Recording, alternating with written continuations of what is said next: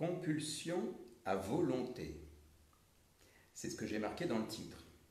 Compulsion à volonté. Qu'est-ce que c'est que ce titre? C'est bizarre quand même, non? Ça me fait penser, vous savez, au restaurant à volonté. Tout est à volonté aujourd'hui. Moi, j'ai un ami qui me disait, ce qui est bien dans les restaurants à volonté, c'est que pour me resservir, la volonté, j'en ai. Ça m'avait fait sourire à l'époque et je trouve que c'est marrant. Alors, il ne s'agit pas de ça, bien sûr. Là, j'ai parlé de compulsion. J'ai titré Compulsion à volonté. Et je vais vous dire pourquoi. Parce que très souvent, vous savez, quand on parle des compulsions, alors que ce soit des compulsions par rapport à l'arrêt du tabac, l'alcool, la nourriture, il y en a plein des compulsions. Ça peut être les jeux, le sexe, enfin, il y a la drogue. Il y a beaucoup, beaucoup de compulsions, plus qu'on imagine. Très souvent, qu'est-ce qu'on entend? On entend la famille, les amis qui nous disent tu sais, avec un peu de volonté, tu peux arrêter. Ça, on l'entend souvent, par exemple, pour la cigarette. Et il y a même des gens qui m'appellent et qui me disent voilà, je vous appelle parce que j'aimerais bien arrêter de fumer, mais je vous préviens, je suis désolé, je n'ai pas de volonté, je n'ai pas assez de volonté. Et moi, je leur réponds mais si vous aviez la volonté, vous ne seriez pas en train de m'appeler. Vous n'auriez pas besoin. Moi, par exemple, là, si je vous dis, si vous êtes, je sais pas, si vous êtes habitué à fumer, vous aimeriez arrêter, si vous êtes habitué à des compulsions alimentaires, eh bien, décidez aujourd'hui, c'est tout simple. Si vous avez la volonté, eh bien, vous vous dites, allez, ce soir, j'arrête. Et comme ça, vous n'avez même pas besoin de venir me voir. C'est génial. Mais c'est pas comme ça que ça marche. Parce que si c'est une question de volonté, c'est ce que je dis à chaque fois, vous n'avez pas besoin de venir. Alors, qu'est-ce qui fait la différence entre la volonté et, alors c'est là où je vais vous parler de ça, la volonté et le désir. Le désir, ou si vous préférez, l'intention.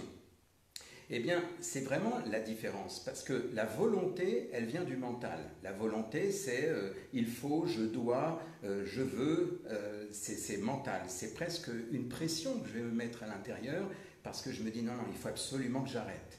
Alors, comme je disais tout à l'heure, peu importe la compulsion. Sauf que ça ne marche pas comme ça, puisque la compulsion, par défaut, elle vient non pas du mental, mais elle vient de l'inconscient. On va dire, c'est quelque chose qui a été conditionné. On a appris au début conscient. Ça y est, je suis revenu. J'ai vu tentative de reconnexion, je n'ai pas bougé, je suis resté comme ça et je pense que là, ça le fait. Oui, ce que je vous disais, du coup, j'en ai perdu le fil. Quelque part, ce que je vous disais, c'est que effectivement, le mental, lui, la volonté, d'accord, si je décide par l'autodiscipline de me dire à partir d'aujourd'hui, c'est décidé, je fais ci ou je fais ça, c'est facile, il suffit que j'ai de la volonté. Quelqu'un qui a de l'autodiscipline, eh bien, il se dit, tiens, allez, aujourd'hui, je vais augmenter ma performance, par exemple, pour faire des pompes ou des abdos. Eh bien, la volonté, elle est très présente. Ça ne marche pas pour une compulsion. Pourquoi? Parce que, comme je le disais à l'instant, une compulsion, ça vient de l'intérieur. Ça a été conditionné et c'est complètement intégré au niveau inconscient. Donc, c'est, comme on dit, plus fort que moi. Et si c'est plus fort que moi, eh bien, je n'y peux rien. Je ne peux pas utiliser la volonté. Donc, vous voyez, quand la famille vous répète, alors je dis la famille, mais ça peut être les amis, ça peut être peu importe, quand ils vous disent non mais vas-y, si tu veux arrêter de fumer avec un peu de volonté, tu devrais y arriver quand même. Et en général, ça énerve. Ça énerve parce qu'on est impuissant face à ça. Quand vos amis vous disent non mais arrête, tu n'es pas obligé de finir le plat, essaye de faire preuve de volonté. Mais si c'est une compulsion, c'est plus fort que vous. J'ai fait récemment, enfin il n'y a pas très longtemps, une émission à la radio qui est sur ma chaîne YouTube et je l'avais titrée en fait justement c'est plus fort que moi. Et si c'est plus fort que moi, le plus fort que moi c'est mon inconscient. C'est quelque chose qui vient de l'intérieur. Donc je ne peux pas, en aucun cas, je ne peux le maîtriser avec la volonté. Alors quoi faire? En fait déjà c'est bien de repérer que tout ce qui est lié à une force extérieure, une obligation extérieure, la famille, les amis, ce genre de choses, souvent vous allez entendre il faut ou tu dois. Voilà, il faut de la volonté. Si tu veux arrêter de fumer, tu dois prendre sur toi, tu dois faire des efforts. Et justement, c'est ce que je suis en train d'expliquer, c'est que quand les gens viennent me voir, justement, s'ils viennent me voir, c'est parce que malheureusement, l'effort ne suffit pas. Malheureusement, ils ont beau être raisonnables le lendemain, par exemple, imaginez la personne qui a bu trop d'alcool, eh bien peut-être que le lendemain, elle va se dire, bon allez, c'est terminé, aujourd'hui j'arrête. Seulement, ça c'est le mental qui s'exprime à ce moment-là, et quand vient la compulsion, eh bien là, ça devient difficile, parce qu'on ne peut pas lutter, c'est plus fort que moi, c'est ce qu'on disait tout à l'heure. Alors, l'idée, si vous voulez, c'est que, comme je l'ai dit, comme je le répète, le principe de l'hypnose, c'est de travailler avec ce qui est plus fort que moi, c'est-à-dire avec l'inconscient. C'est pour ça que quand vous venez faire une séance d'hypnose, en aucun cas vous n'avez besoin de la volonté, sinon ça serait trop facile. Si vous aviez la volonté, je me répète, mais si vous aviez vraiment la volonté, il n'y a pas besoin de faire une séance d'hypnose. Vous commencez ce soir, vous commencez même tout de suite, dans l'heure qui suit, vous dites ça y est, aujourd'hui j'arrête mes compulsions alimentaires, j'arrête mes addictions au sucre, et à tout ça, au tabac, enfin vous voyez ce que je veux dire. Donc l'idée c'est surtout de ne pas avoir un complexe avec ça, de ne pas vous dire mince, je me sens coupable, je me sens ridicule, les amis me disent que je devrais avoir de la volonté, j'ai l'impression que je n'ai pas assez de volonté. Eh bien, c'est normal, c'est une compulsion. Donc à partir de ce moment-là, le travail se fait uniquement au niveau de l'inconscient. C'est quand on va travailler avec l'inconscient qu'on va débrancher en quelque sorte ce programme de compulsion. On va le débrancher, mais pour le débrancher, c'est exactement comme dans l'ordinateur. Vous aurez beau avoir le même message d'erreur sur l'écran, vous aurez beau le corriger en retapant le courrier ou le chiffre, mais si le programme est erroné, c'est à l'intérieur du programme qu'il faut aller. Il faut que l'informaticien aille dans l'ordinateur et retravaille le programme. Et c'est exactement pareil. Donc l'idée, si vous voulez, c'est que quand vous venez en séance, on travaille justement à l'intérieur, c'est-à-dire au niveau de l'inconscient. Et c'est l'inconscient qui va quelque part désactiver ce programme qui est devenu une compulsion à force. Je dis bien programme, parce que la compulsion, je le dis souvent, vous n'êtes pas né avec. C'est-à-dire que lorsqu'une compulsion est arrivée, vous l'avez créée d'une manière ou d'une autre. Soit un jour vous n'aviez pas le moral, vous avez vu le paquet de gâteaux et vous vous êtes dit allez je vais prendre un gâteau, ça va me faire du bien. Mon cerveau a enregistré tiens, quand il mange un gâteau, ça lui fait du bien. Et même si plus tard vous n'êtes pas bien, vous mangez du gâteau et que ça ne change rien, votre cerveau, c'est au moment où il vous incite à aller manger qu'il pense que ça va vous faire du bien, parce qu'il a gardé en mémoire qu'un jour, ça vous avait fait du bien. Vous voyez, c'est un peu bizarre comme système, mais le cerveau va quelque part intégrer ce qu'on appelle un ancrage, c'est-à-dire ce jour-là, un jour X ou Y, ça peut être quand j'avais 5 ans, 8 ans, 10 ans ou l'année dernière, eh bien j'ai fait quelque chose, par exemple j'ai mangé un gâteau ou un bonbon, ça m'a fait du bien et du coup ce que fait mon cerveau quand je ne suis pas bien, il cherche en permanence à reproduire ce schéma de l'époque. Même chose pour la cigarette, même chose pour l'alcool, même chose pour tout ce que j'ai créé en compulsion. Donc c'est bien une création, c'est-à-dire qu'on l'a créé. Un enfant, quand il vient au monde, il n'est pas compulsif. Un enfant, quand il vient au monde, je veux dire, il n'a pas envie de fumer, il n'a pas envie de boire, il n'a pas envie de manger à outrance. C'est après que ça vient. Ça se fabrique tout ça. Donc si ça se fabrique, eh bien on peut heureusement le désactiver, puisque moi je parle très souvent de programme et c'est en réalité un programme. Voilà, c'est ça que je voulais vous dire. Donc rappelez-vous si vous entendez des gens qui vous parlent en disant « il faut »,« tu dois », ou même si vous le dites. Un exemple qui parle bien aux gens, imaginez une personne qui viendrait me voir en disant « voilà, il faut absolument que je me mette au sport, mais je n'ai pas assez de volonté ». La phrase est très simple. Il faut absolument que je me mette au sport, mais je n'ai pas assez de volonté. Donc je viens vous voir pour que vous m'aidiez à avoir la volonté. Déjà, j'ai entendu « il faut », à partir de là, le jeu est faussé, parce que c'est une motivation extérieure. Ce n'est pas une motivation qui vient de l'intérieur, c'est « il faut ». Quelque chose ou quelqu'un m'y oblige. Alors, soit c'est quelqu'un, ça peut être, oui, mon conjoint me dit que ça serait bien que je me mette au sport, donc il faut, je dois, parce qu'on m'y oblige.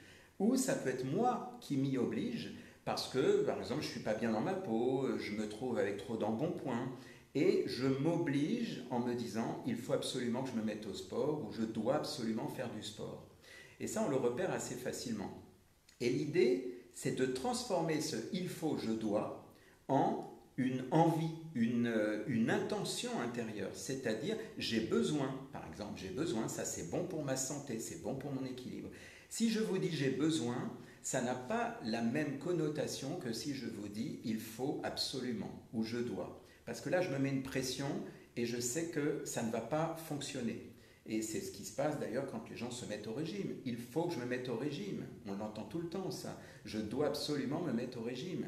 C'est pas la même chose si vous vous disiez j'ai besoin de me mettre au régime. Et encore, j'enlève cet exemple parce que le terme régime, déjà, c'est frustration, punition, interdit.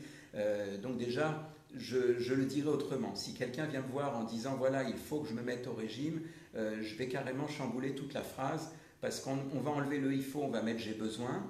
Et à la place de parler de régime, on va parler de manger sainement, de manger de façon équilibrée. Les mots ont une importance capitale, puisque les mots vont créer finalement, à l'intérieur de votre cerveau, vont créer justement un moteur à l'intérieur. Et si donc je dis il faut ou je dois, ou si je dis j'ai besoin de me mettre au régime, ben, si j'ai évoqué le mot régime, ben, j'ai évoqué dans mon esprit de façon inconsciente punition, interdit, frustration. Voilà, donc ça c'est une autre histoire. Mais si je reviens sur cette notion de volonté, eh bien l'idée c'est de laisser tomber la notion de volonté. Je parle dans l'hypothèse où c'est une compulsion évidemment. Si vous êtes par exemple sportif et vous vous dites tiens allez aujourd'hui j'ai fait tant en footing, eh bien vous pouvez avec l'autodiscipline augmenter et vous dire allez demain autodiscipline je cours un peu plus. Et là oui, là c'est d'accord. Maintenant quand c'est face à une compulsion, alors dites-vous que là c'est plus fort que vous. Et si c'est plus fort que vous, il n'y a pas à faire marcher la volonté. Ça ne fonctionne pas. Et ça, c'est très important. Donc, l'idée, c'est de vous libérer de la culpabilité, de vous dire oui, mais je n'ai pas assez de volonté, je suis nul, je ne suis pas capable, mon voisin, lui, il a arrêté du premier coup. Eh bien, tant mieux pour lui s'il a arrêté. Il y a des gens qui arrêtent avec la volonté, c'est vrai. Seulement, le prix à payer, alors je vous le donne en mille, qu'est-ce qui se passe si, par exemple, je fais l'effort d'arrêter de fumer, d'arrêter de boire, d'arrêter de manger?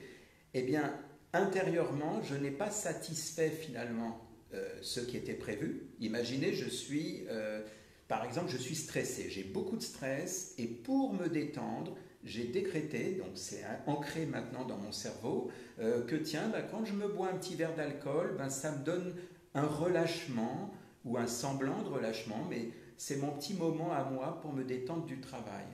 Eh bien, comment je fais si je me force en me disant non, à partir d'aujourd'hui, j'arrête? Alors pour certains, ça peut marcher, mais très souvent, ce qui va se passer, c'est que le cerveau étant habitué à l'idée de je vais boire pour me détendre, eh bien le cerveau se dit bah mince, il ne va pas boire, donc comment il va faire pour se détendre? Et vous voyez, c'est ça le piège. Et c'est là où le cerveau, ce qu'il va faire, il va à défaut trouver une compensation. Il va dire tiens, il s'est interdit d'aller boire pour se détendre, donc c'est pas grave, je vais lui trouver une autre façon d'aller se détendre. Par exemple en allant manger, en allant je sais pas quoi, enfin créer une nouvelle compulsion si vous voulez. Et c'est ça qui se passe quand les gens y vont par la volonté. Donc vous connaissez peut-être des gens qui ont arrêté de fumer ou arrêté de boire avec la force de la volonté. Alors pour certains c'est parfait, hein, ils n'ont pas pris un gramme, tout va bien, ils n'ont pas compensé par ailleurs, donc tant mieux parce qu'on est tous différents, il y a des gens qui réussissent, mais c'est plutôt rare. En général, moi les gens que je côtoie ou les gens que j'ai connus qui ont arrêté de fumer par eux-mêmes juste par l'effort, eh bien qu'est-ce qui se passe? Ils ont compensé souvent avec la nourriture pour remplir le vide intérieur. C'est-à-dire s'il y a un stress, de l'ennui, un mal-être, et que jusqu'à présent c'est le tabac qui était censé m'aider, c'est une pseudo-solution, vous savez, le tabac, l'alcool, la nourriture, eh bien, puisque je me suis interdit parce que j'ai été par la volonté, eh bien, il me reste quoi? Mon cerveau qui est en train de trouver, entre guillemets, une nouvelle solution, peu importe si elle est meilleure ou moins bonne, ou peu importe, mais c'est une solution de survie, c'est une solution de secours. Parce qu'on a imposé au cerveau, par la volonté, d'arrêter, par exemple, la compulsion. Eh bien, si j'ai arrêté par la force, je n'ai pas réglé mon problème de stress, d'ennui, de mal-être à l'intérieur. Et que fait mon cerveau? Il ne peut pas me laisser comme ça. On ne peut pas rester dans un entre-deux. Donc qu'est-ce qui fait mon cerveau? Eh bien, il va trouver autre chose, même si ce n'est pas forcément mieux. Alors que quand on fait un travail comme ça en thérapie, on met de côté la volonté, parce que par principe, on sait que ce n'est pas la volonté. On va travailler avec l'inconscient et on va travailler, si vous voulez, on va travailler à l'intérieur à trouver les ressources. Non pas une compensation, mais des ressources naturelles. C'est-à-dire, par exemple, si je bois ou je fume, ou peu importe, ou je mange parce que je m'ennuie, parce que je suis stressé, parce que je suis mal dans ma peau, etc., eh bien, au lieu d'aller chercher autre chose pour être bien, eh bien, on va aller chercher le bien-être directement. Le calme, la sérénité, le bien-être, etc. Et puis forcément, si vous êtes déjà connecté à ce calme, ce bien-être, cette sérénité, ben, votre cerveau vous laisse tranquille, il n'y a plus de compulsion. C'est aussi simple que ça. Ça paraît curieux quand on parle de compulsion, surtout que des fois, il y a des gens qui ont des compulsions depuis 10, 20, 30 ans et plus. Des gens qui me disent, oui, mais moi, ces compulsions, je les traîne depuis au moins 20 ans. Alors des fois, c'est le tabac, des fois, c'est la nourriture. Il y a des gens qui ont commencé avant l'adolescence à faire des compulsions alimentaires et qui aujourd'hui ont 40 ou 50 ans. Et c'est curieux quand même que quand on fait un travail comme ça, eh bien, de façon très simpliste et surtout sans effort, sans volonté, eh bien, la personne se libère. Alors pour savoir, pour finir ce qu'on est en train de dire là, pour savoir si la personne est vraiment libérée, parce que souvent les gens me le disent, mais comment je vais savoir que je suis libéré? Alors si c'est par exemple, en général on le sait, hein, la personne qui vient, qui fume, et qu'elle repart et elle ne fume plus, elle le voit. En général, elle le voit. Donc voilà, donc ça c'est important, mais surtout, sentir qu'on est libéré, c'est par exemple, alors prenons l'exemple de la compulsion alimentaire. Je mange à outrance, je grignote à tout va. Eh bien, c'est simple, on peut le voir déjà par l'expérience. Je rentre chez moi, je regarde le placard, je vois tout ce qu'il y a d'habitude, j'en ai même pas envie. Ou alors, deuxième version, je commence à grignoter et bizarrement, j'ai plus envie. Là où d'habitude je m'enfilais le paquet de gâteaux en entier, bah tiens, c'est bizarre, j'en ai mangé juste un, j'en ai plus envie, je suis déjà écœuré. Bon, bah là, c'est un signe que votre cerveau a fait réagir le corps et a donné une sorte de stop intérieur. Donc vous voyez, on n'est pas du tout dans la volonté, on n'est pas du tout dans le contrôle, on est vraiment dans quelque chose qui arrive et qui vous surprend. Quand quelqu'un se libère d'une compulsion, quelle qu'elle soit, eh bien, il y a le avant-après. C'est-à-dire que la personne, elle est plutôt en train d'observer, de faire le constat, tiens, c'est bizarre, j'en ai plus envie. Et ça, c'est intéressant. Et ce qui est d'autant plus intéressant, pour finir là-dessus, c'est que quand vous êtes avec des amis, imaginez, vous étiez habitué à fumer, et vos amis vous tentaient, c'est-à-dire ils allumaient une cigarette à côté de vous et vous disiez non mais s'il te plaît va fumer plus loin parce que j'essaye d'arrêter. Ça c'est quand on est dans la volonté et on n'y arrive pas. Maintenant imaginez, vous êtes venu faire une séance, vous vous êtes libéré de l'intérieur et puis quelqu'un fume devant vous, bah, quelqu'un fume devant vous. Je veux dire, voilà, c'est comme si vous n'aviez jamais fumé, à la limite, qu'il fume, qu'il mange, peu importe. Vous savez, des fois, les gens qui sont au régime, qui disent non, mais s'il te plaît, arrête de me tenter, je fais attention à ce que je mange, ils sont encore dans le contrôle, dans la volonté. Mais si maintenant vous mangez devant ces gens-là et que la personne, elle a fait un travail qui fait qu'intérieurement, elle est alignée avec ça, eh bien, elle va manger juste ce qu'il lui faut pour se sentir bien, pour se nourrir. Je parle de se nourrir, hein, pas se sentir bien de façon compulsive. Et puis même si vous mangez à côté, même si vous avez un bon gâteau, quelque chose qu'elle mangerait d'habitude, et bien là, tout simplement, elle vous regarde et elle vous dit non, mais franchement, sans façon. Voilà. Donc vous voyez, la différence, elle est quand même très importante. La volonté, c'est le mental, c'est l'autodiscipline, c'est le contrôle, et ça ne marche pas pour les compulsions. L'idée ici, c'est de considérer que les compulsions, quelles qu'elles soient, que ce soit la drogue, le sexe, les jeux, le tabac, l'alcool, enfin il y en a plein, la nourriture, enfin bref, il y a toute une liste, et bien toutes ces compulsions, c'est aussi les achats compulsifs, il y a beaucoup de choses, et bien toutes ces compulsions, dites-vous, c'est, comme on dit, ce qui est plus fort que moi. Si c'est plus fort que moi, laissez tomber la volonté. Peut-être que vous comprenez un petit peu mieux pourquoi j'ai titré, aujourd'hui, j'ai titré donc Compulsion à volonté. Je vous remercie d'avoir regardé ce direct et donc je vous retrouve très prochainement pour un autre sujet, je ne sais pas encore lequel.